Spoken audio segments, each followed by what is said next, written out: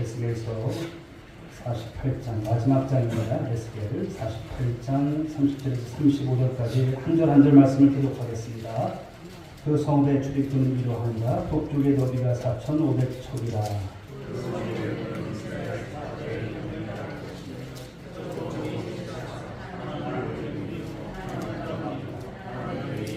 동쪽의 너비는 4,500척이니 또한 문이 셋이라. 하나는 요셉 문이요, 하나는 베냐민 문이요, 하나는 단 문이며.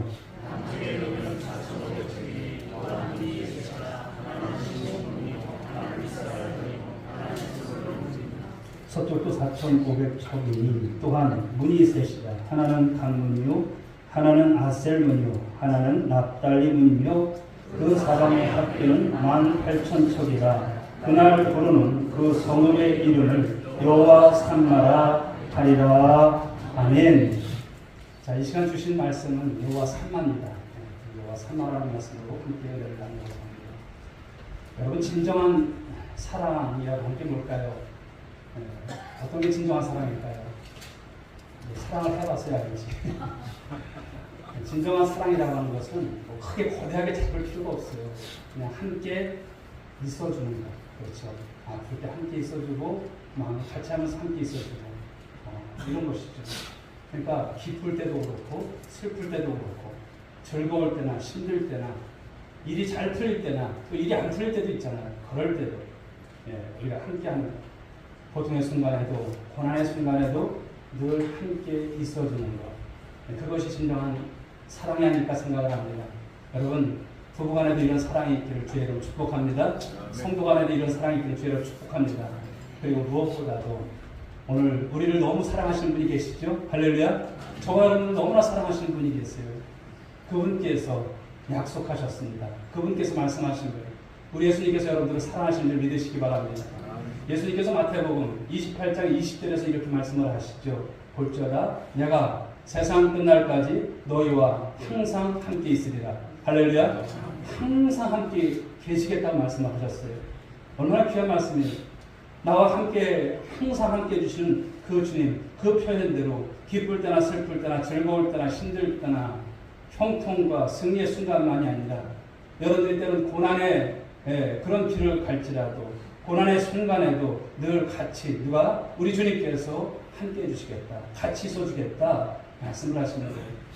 여러분같이 복받은 인생이 있을까요? 나 있으면 나와보라고요. 세상에 나와서 한번 그렇게 외쳐보십시오. 나만큼 복받은 사람이 있냐고. 나는 복받은 사람이야. 이것을 여러분 한 주간도 입으로 선포하시고 삶으로 선포하시고 또 여러분의 모든 모습을 통해서 선포하시면서 살아갈 수 있길 바랍니다. 사람들은 나를 외면하고 나를 떠날지라도 우리 주님은요, 그럴 때에도 우리를 떠나지 않는다는 것, 우리를 외면하지 않는다는 것, 우리와 함께 해주시겠다고 주님께서 약속하신 거예요. 내가 언제 약속을 했습니까? 주님께서 말씀하신 거예요. 주님께서. 그런데 하나님의 약속은 어떻습니까? 하나님께서 지키세요. 반드시 지키세요. 지키지 않는 말씀이 있습니까? 다 지키세요.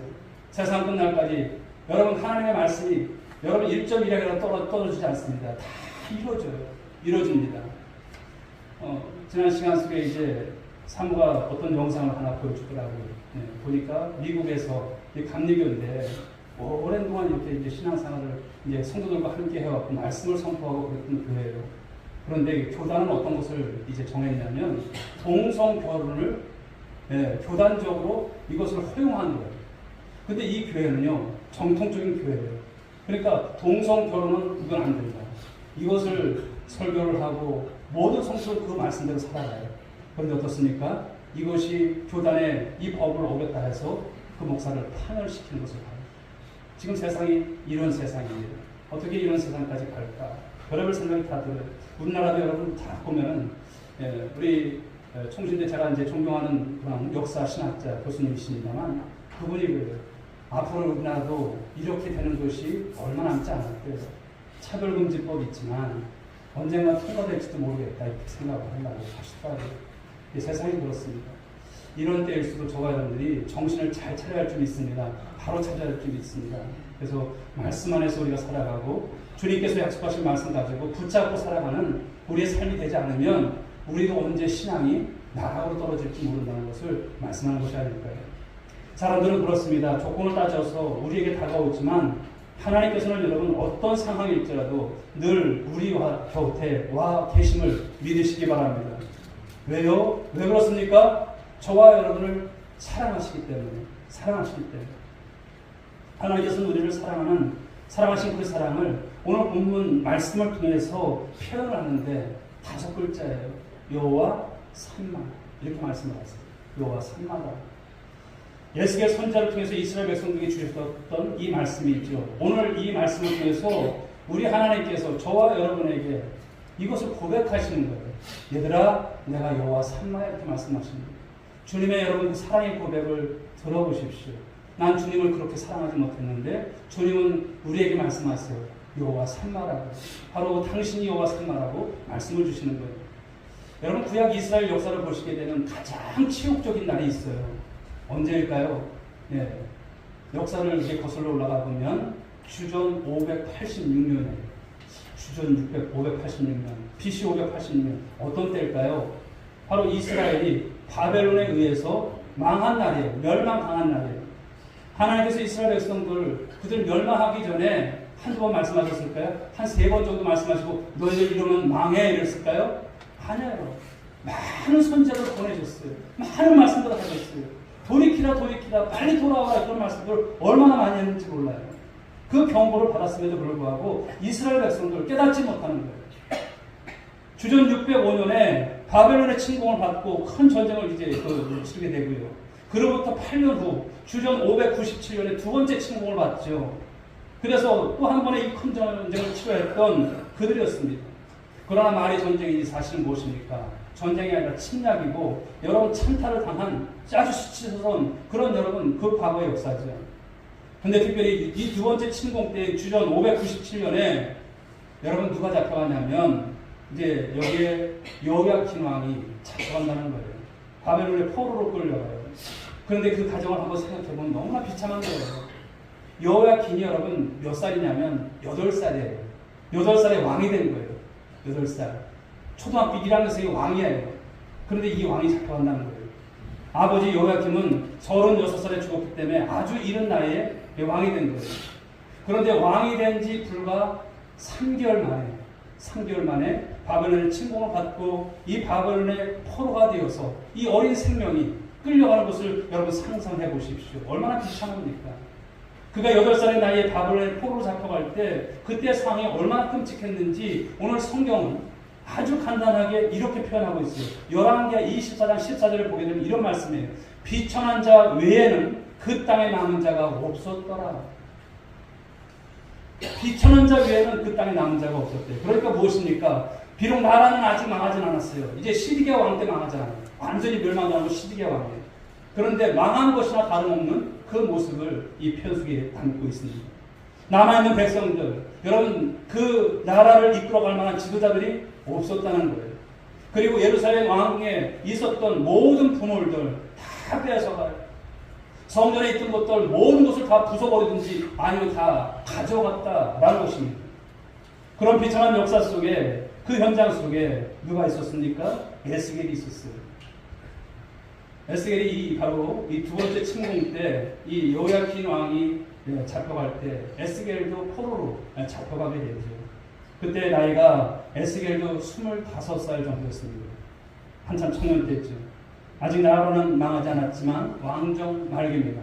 그러니까 우리 열왕기 상하, 역대 상하 이런 말씀들을 이렇게 겹쳐서 보게 되면 그렇습니다. 나라가 망한 다음에 포로기가 된 것이 아니라 겹쳐 있어요. 그러니까 1차, 2차, 3차 이런 바로 바벨론이 침공하면서 그때 이제 포로가 이미 잡혀가고 있었던 첫 번째 이스라엘 바로 바벨론 침공했을 때 누가 잡혀가요? 다니엘이 잡혀가고 두 번째 침공 때는 에스겔이 잡혀가는 그런 모습이 있습니다. 유다가 이제 멸망한 것은 그로부터 11년 후 주전 586년이 된다는 것이 역사입니다. 그런데 상황은 나라가 멸망당할 것이나 별로 다를 바가 없어요. 바벨론의 포로로 끌려간 사람들이나 고향 땅에 있는 사람들이나 비참하게 살아가는 것은 여러분 마찬가지였습니다. 그런 상황에서 오늘 바벨론에 포로로 잡혀온 지 5년째가 되는 해예요. 5년째. 에스겔이 누구의 부르심을 받아요? 하나님의 부르심을 받습니다. 그리고 바벨론의 포로로 잡혀와 있는 사람들에게 오늘 그들에게 하나님의 말씀을 선포하는 거예요. 아직 나라가 멸망당하지는 않았지만 바로 주전 605년에 1차 침공 때 포로로 잡혀왔던 사람들, 그리고 2차로 이 침공 때에 잡혀온 사람들, 바벨론의 포로로 잡혀있는 사람들 어떨까요? 큰 낙담 가운데 있었습니다. 고향으로 돌아가고 싶은 마음 굴뚝 같았을 것입니다. 그러나 고향으로 돌아가는 길이 여러분 그렇게 여유롭지 않죠. 그 길이 보이지 않습니다. 하나님께서 이제 바벨론에서 70년 이 포로 생활을 해야 한다라고 말씀을 하셨습니다. 그러나 아무도 그 말씀에 귀를 기울이지 않아요. 그러게 더욱더 낙담하게 되죠. 고향에 돌아갈 희망도 없다 생각을 하고 있는 것이죠. 그런데 설상가상 586년이 됐을 때 바로 이 바벨론의 세 번째 침공으로 인해서 나라는 그때 완전히 망합니다. 바로 남유다가 완전히 멸망한 것이죠. 그러니 이제 그들에게는 돌아갈 고향도 없어요. 그 작은 불씨마저 사라져버렸다. 우리나라가 여러분 일제치하에 있을 때에 나라 없는 여러분 그 서름을 한번 생각해 보시면 우리가 생각이 되어진 것이죠. 바로 그때 하나님께서는 이 에스겔 선지자에게 바로 오늘 희망의 말씀을 주시는 거예요. 그에게 바로 주신 말씀들, 바로 에스겔 33장 이하에 이제 기록이 되어 있는데요. 특별히 이 40장 이하에서는 하나님께서 이 에스겔에게 예루살렘 성전의 환상을 보여주는 말씀이에요. 이미 나라가 멸망했을 때 예루살렘 성전은 파괴되고 없어요. 그런데 하나님은 새로운 성전을 환상 가운데 보여주실 것이라는 거예요. 그냥 막연한 어떤 조감도 정도가 아니라 바로 구체적으로, 아주 구체적으로 성전에 대한 환상을 보여주셨다는 점입니다. 그리고 그 성전에 대한 환상을 보여주신 중 마지막 그 성전이 있는 땅을 보여주셔요. 그것이 오늘 우리가 함께 읽은 오늘 이 48장, 에스겔서 마지막 장인 48장의 내용입니다. 이스라엘 전역을 다 보여주시면서 그 땅을 12지파, 그렇죠. 야곱의 12아들이 있었던 것처럼 12지파의 그 지파별의 어떤 분배를 말씀하고 계세요. 출애굽한 이스라엘 백성들이 여호수아의 인도로 가나안 땅에 들어왔을 때 그들에게 바로 지파별로 땅을 분배했던 것을 생각해 볼 수 있는 것이죠. 그런데 오늘 에스겔 선지자에게 다시 한번 지파별로 이 땅을 분배해 주실 것을 우리 하나님께로부터 말씀을 받는 거예요. 여러분, 땅을 분배해 줬다는 게 뭘까요? 땅을 분배해 주셨다고 하는 것은 하나님께서 그들을 하나님의 때가 되면 반드시 그들에게 회복시켜 주실 것을 말씀하는 거예요. 그리고 멸망과 이 포로 생활의 종기부를 짓고 회복시켜 주실 것을 약속하시면서 그 땅의 중심부, 그 중심부에 한 성읍이 있을 것을 오늘 말씀하는 그런 내용이에요. 오늘 에스겔서 48장 30절 이하의 말씀이 그 말씀이죠. 그 성읍은 물론 예루살렘을 말하는 것입니다. 그런데 오늘 본문에서는요, 그 성읍의 이름을 예루살렘 성읍이라 하지 않아요. 어떻게 부릅니까? 그 이름을 어떻게 부르시겠다고 말씀하십니까? 보십시오. 35절에 그 사방의 합계는 18,000척이라 그날 부르는 그 성읍의 이름을, 자, 그 성읍의 이름을 여호와 산마라 이렇게 말씀하십니다. 그 성읍의 이름을 예루살렘이라 하지 않고 여호와 산마라. 여러분들 성경들 보시게 되면 그 밑에 아마 그 뜻이 이렇게 나와 있을 거예요. 어떻게 나와 있습니까? 여호와께서 거기에 계시다.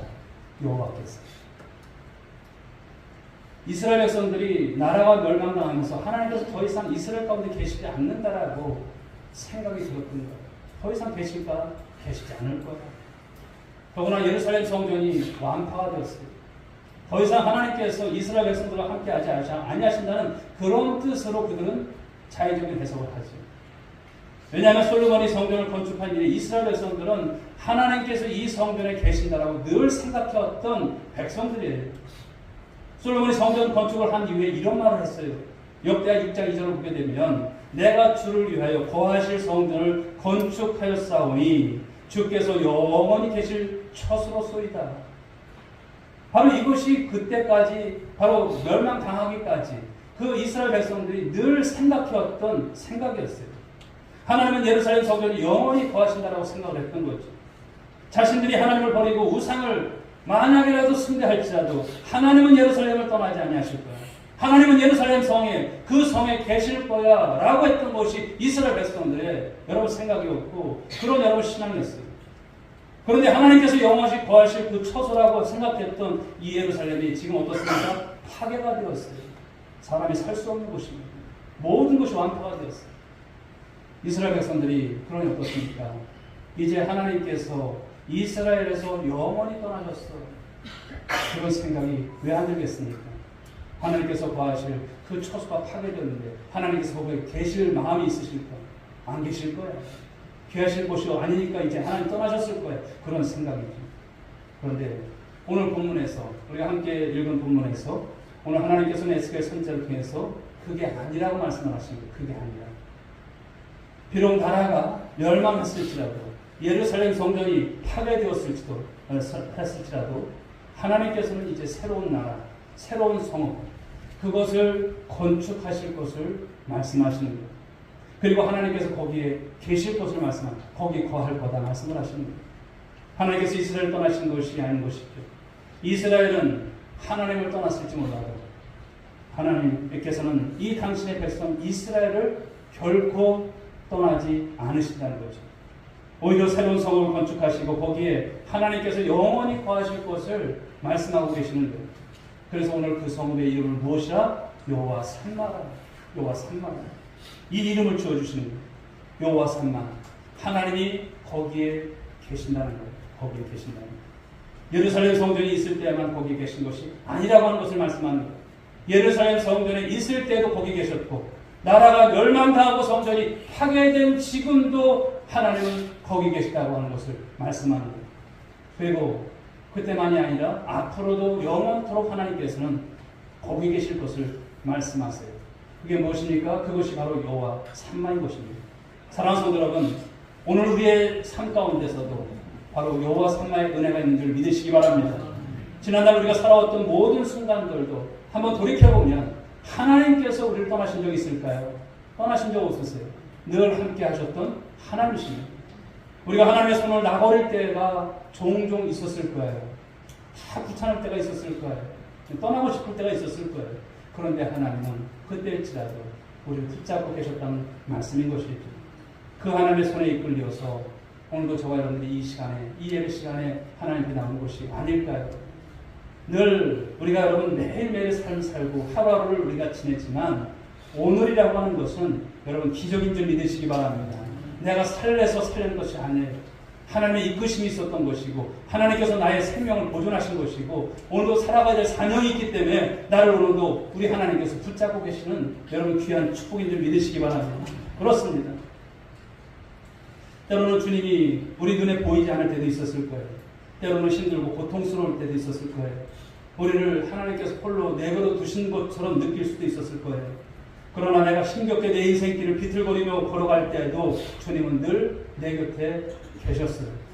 그래서 우리가 힘들다고 부르짖을 때 우리 주님은 조용히 다가오셔서 우리의 손을 붙잡고 계셨던 것입니다. 가끔은 그래요. 저만 그럴까요? 여러분들도 찬송 부를 때에 가끔 눈물이 나잖아요. 찬송을 부를 때. 그 찬송이라고 하는 것은 곡 중인 기도고요. 찬송을 부르면은 그게 다 말씀이기 때문에 하나님의 어느 손길이 느껴지는 거예요. 하나님께서 나를 버리지 않는구나. 떠나지 않는구나. 나를 꼭 붙잡고 계신 것이 느껴져요. 여러분 그런 은혜가 여러분 가운데 날마다 더할 수 있기 바랍니다. 우리의 삶을 인도해 주시는 분이시죠.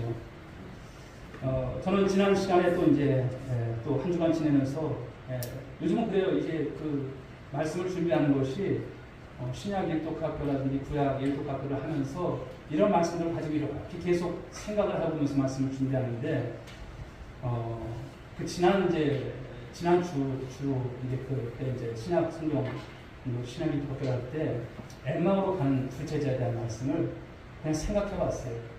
얼마나 그들이 주님께서 부활하셨고 또 그들에게 나타나셨지만 그 낙심 가운데 가는 모습이 차마 우리의 모습은 아닌가 그런 생각이 들더라고요. 엠마오로 가는 모습. 그렇죠. 예수님을 따르던 제자들이었어요. 그런데 이제 소망이 없는 거예요. 뿔뿔이 흩어지는 그들의 모습. 그 낙심과 절망 가운데서 그 두 제자가 엠마오로 걸어가는 모습. 그 모습이 우리가 아닐까 생각을 해봅니다. 근데 그때 그 부활하신 주님께서 그들 가운데 동행하시는 것을 보면서 주님이신 것을 다시 한번 알게 된 것이죠.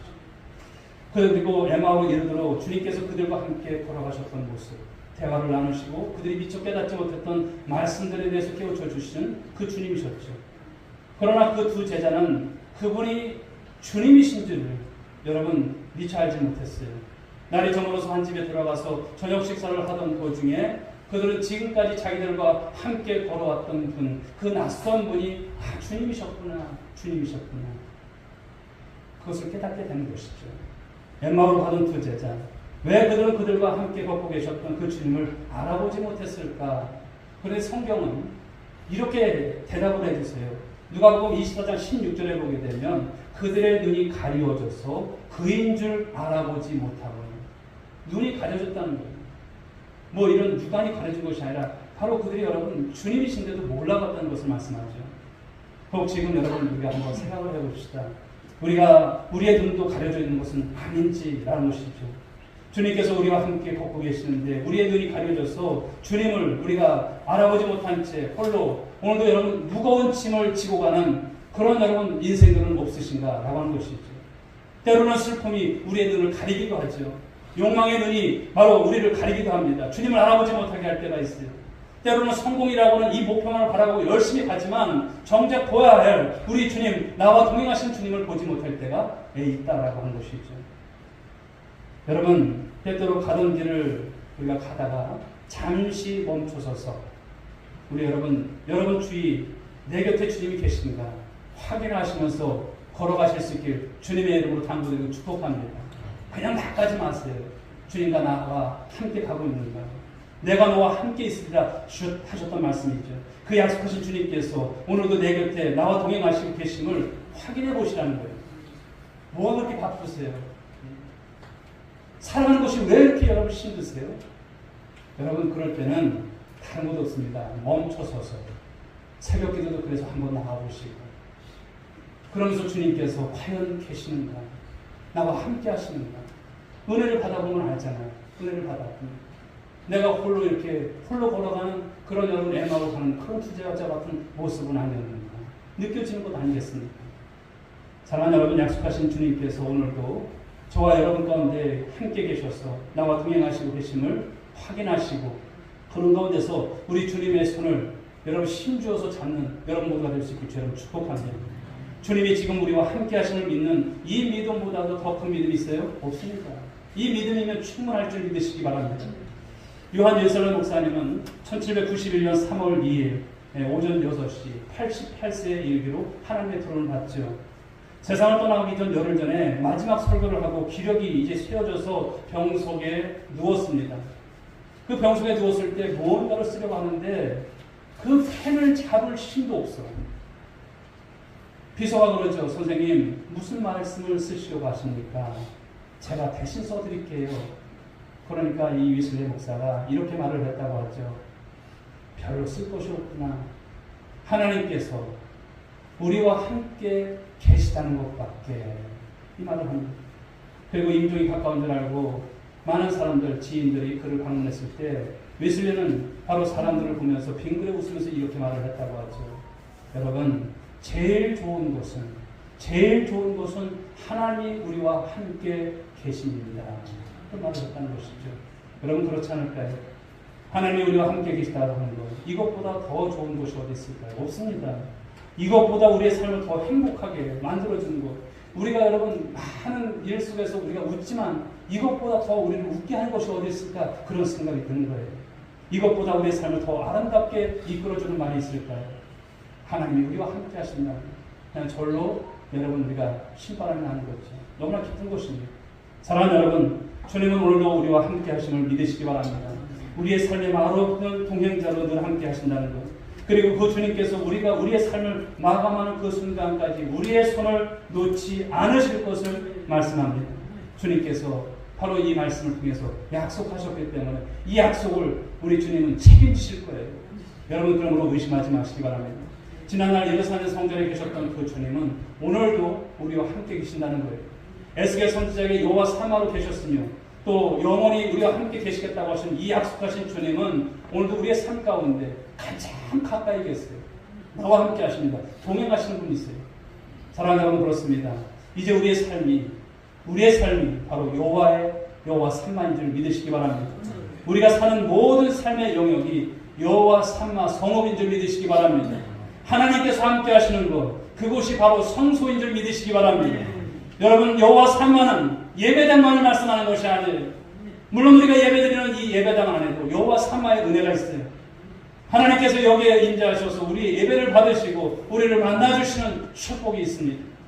그러나 우리 주님과 함께하는 어떤 자리라도 그 자리라면 그곳이 어디든지 바로 거기가 여호와 삼마인 거예요. 오늘 우리의 삶의 현장이 바로 여호와 삼마인 것입니다. 우리의 가정이 여호와 삼마가 되어야 할 줄 믿습니다. 우리의 직장이 여호와 삼마가 되어야 할 줄 믿습니다. 우리가 다니는 학교가 여호와 삼마가 되어야 할 줄 믿습니다. 가끔은 친구들 만나잖아요. 바로 그곳이, 그 카페가 여호와 삼마인 거예요. 하나님께서 함께 하시는 거예요. 그때는 정신을 차리십시오.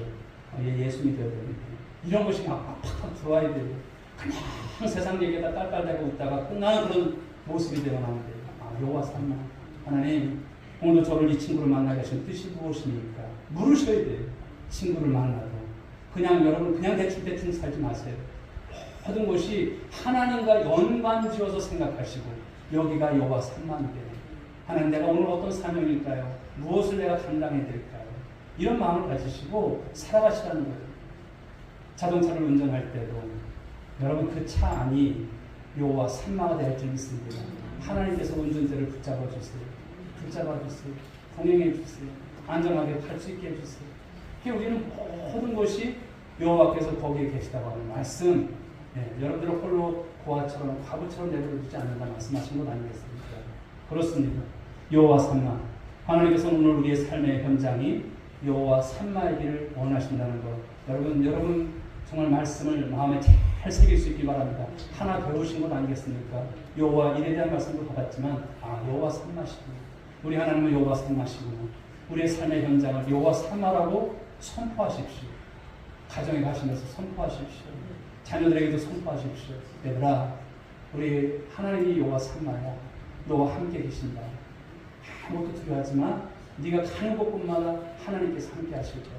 이런 말씀도 해주시고, 여러분이 간직히 여러분 그런 말씀도 해주시고, 그럼 자녀들이 어떨까요? 그렇구나. 우리 엄마가 믿는, 우리 아빠가 믿는 여호와 삼마 하나님, 나의 하나님이시지. 그런 믿음을 가지고 살아내는 거예요. 말씀이 얼마나 중요한지 모릅니다. 사랑하는 여러분, 오늘도 그 말씀을 선포하면서 여러분들이 계신 모든 것이 여호와 삼마가 되기를 주님의 이름으로 축복합니다. 찬양드리겠습니다. 나의 갈 길 다가도록 384장.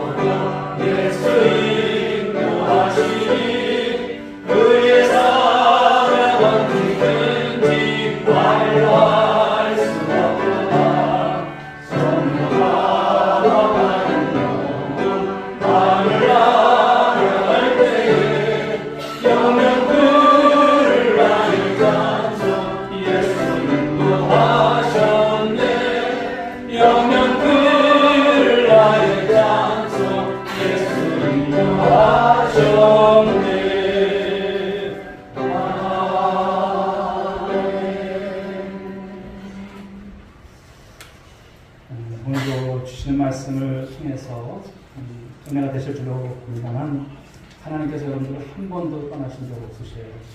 우리가 때로 생각이 잘못 들어서 또 잘못 우리가 판단해서 하나님께서 나를 버리신 건 아닌가 떠나신 건 아닌가. 그런데 오늘 분명히 말씀하세요. 여호와 삼마라고.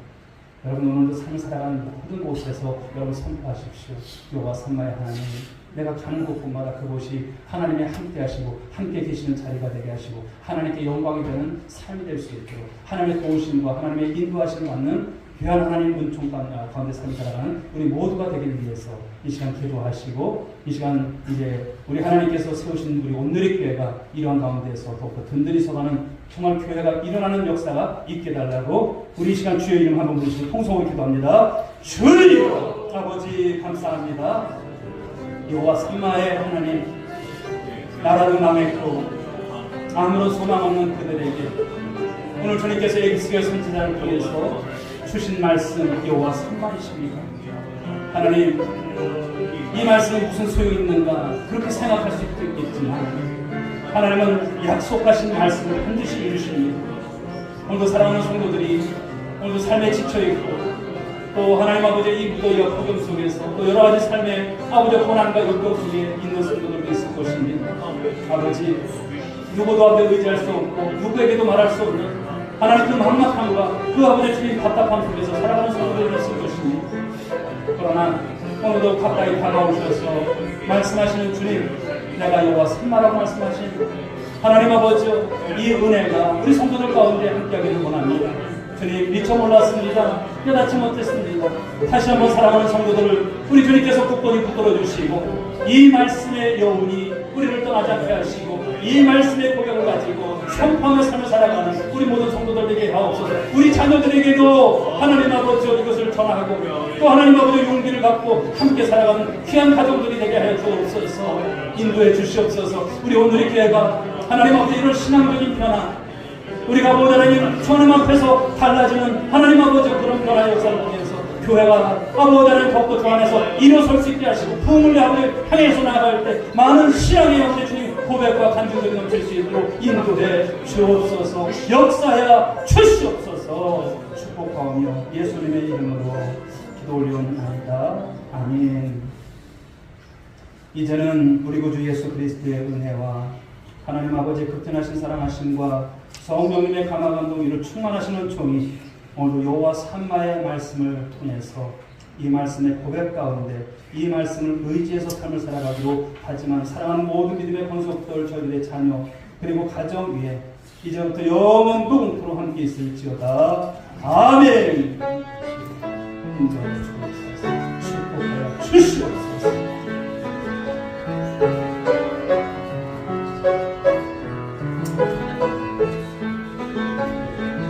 Thank you.